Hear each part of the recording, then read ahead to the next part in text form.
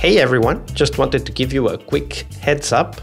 The second Global Product Owner Summit is coming soon. You can get all the details at bit.ly/Product Owner 2024. That's bit.ly/Product Owner 2024. And it's all lowercase, all one word. Oh, and stick with us until the end of the episode to know the dates and the tracks that we have for you in this year's summit. But for now, let's dive into today's episode. Hello, everybody. Welcome to our Success Thursday. This week we have with us Tom Baldwin. Hey, Tom, welcome back. Hello again, Vasco. Nice to see you.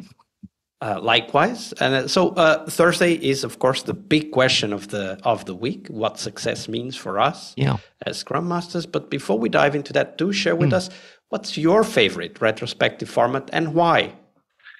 Well, I'm afraid I'm going to be referring to feedback loops again. Here we go, that sort of thinking. But for me, it's always start with the problem you're trying to solve. So it might be a one-to-one might be the right way to go about it. You don't want to be embarrassing people in front of a whole room of, don't want that to happen.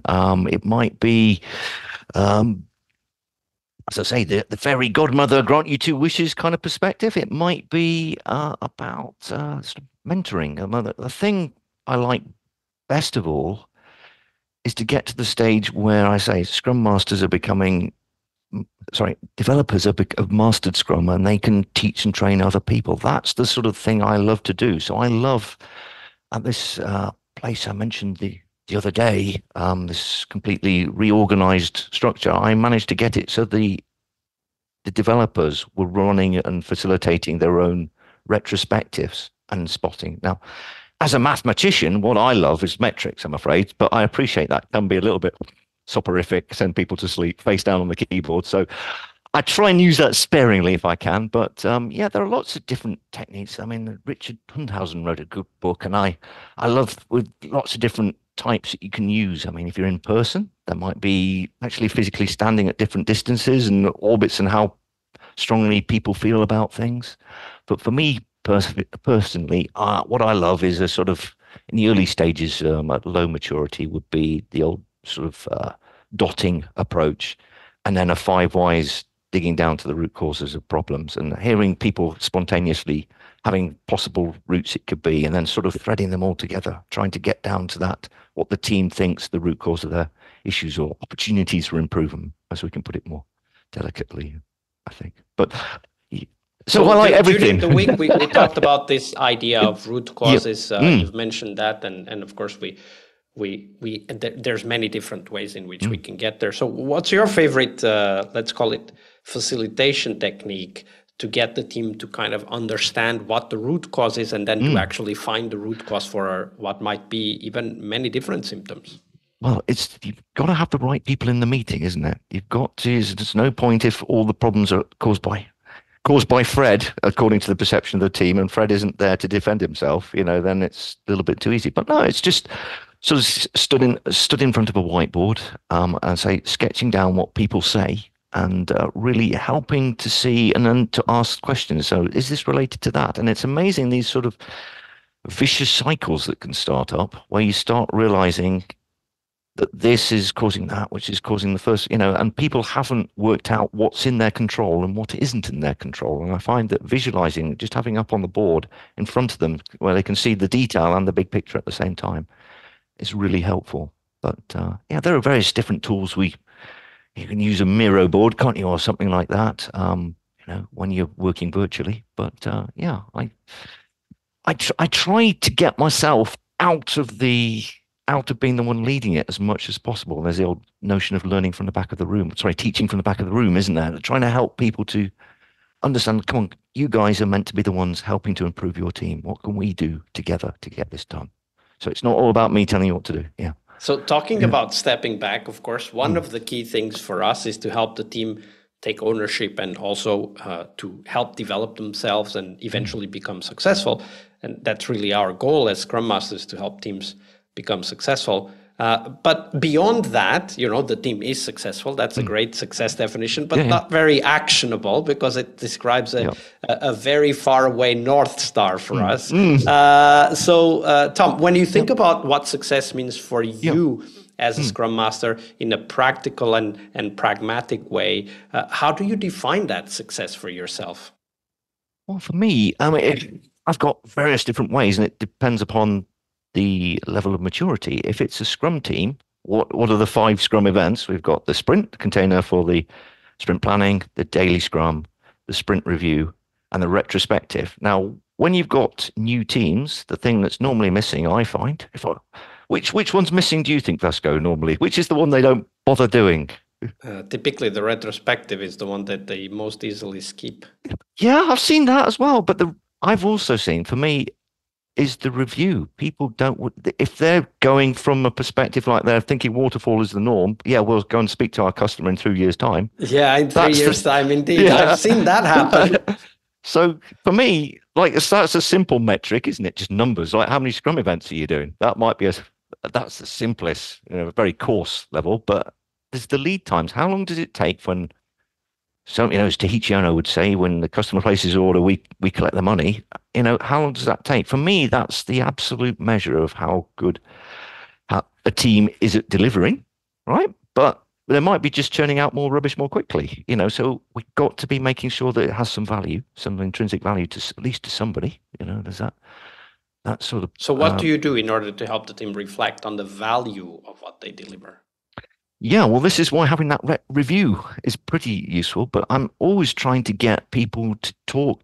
It's lovely when your developers work out for themselves that they can go and speak to users and customers and get not just guesswork and assumption, but they can find out true, and they sort of do value the user story or the backlog item as just a placeholder for a conversation where you can find out, and then we get that involvement with the product owner as well, and we can get people giving a much better solution with a lot less effort. Typically, people tend to over-engineer the wrong thing. Often happens, doesn't it? So my I mean, other little things I might look for though is how long it takes to get a blocker resolved as a Scrum Master. I was working at a company. I won't say who they are.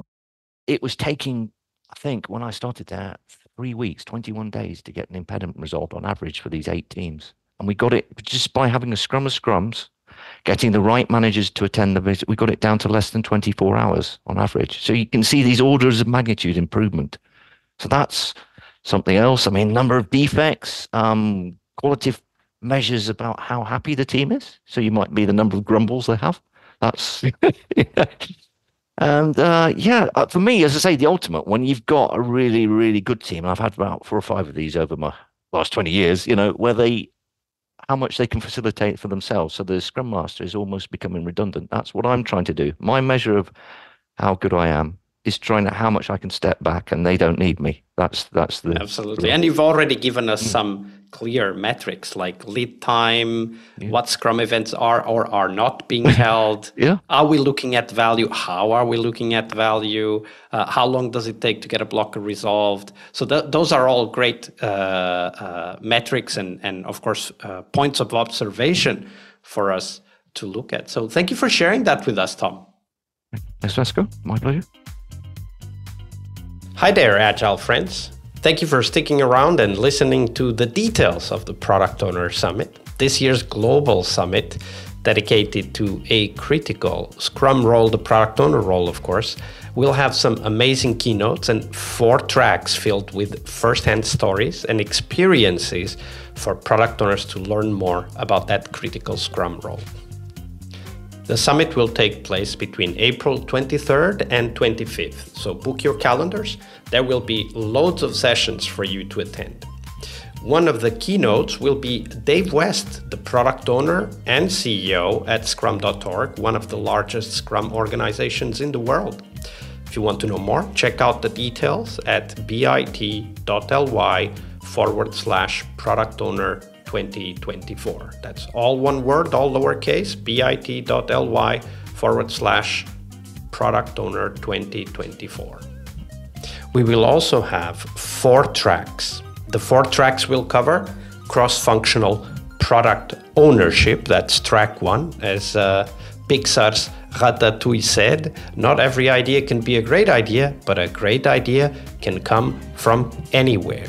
And this quote emphasizes the importance of a product owner being open to all ideas, regardless of the source, and also challenges us to focus on getting good ideas from everywhere and involving the whole team in the product owner role and responsibilities.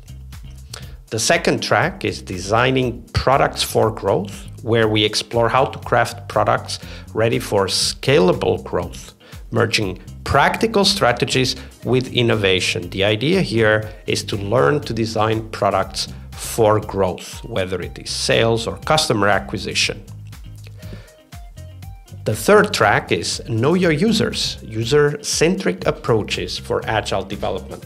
In this track, we learn to master user-centric techniques in agile development, to deeply understand customer needs and transform insights into meaningful UX designs that focus on engagement and satisfaction.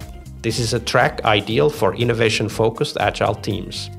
And the fourth track, one of the most exciting tracks in my opinion, is product development with AI, ideas for product owners. Not only do we discuss about using AI in the products, but also AI for product owners to learn to make a bigger impact with the help of the AI tools that we already have.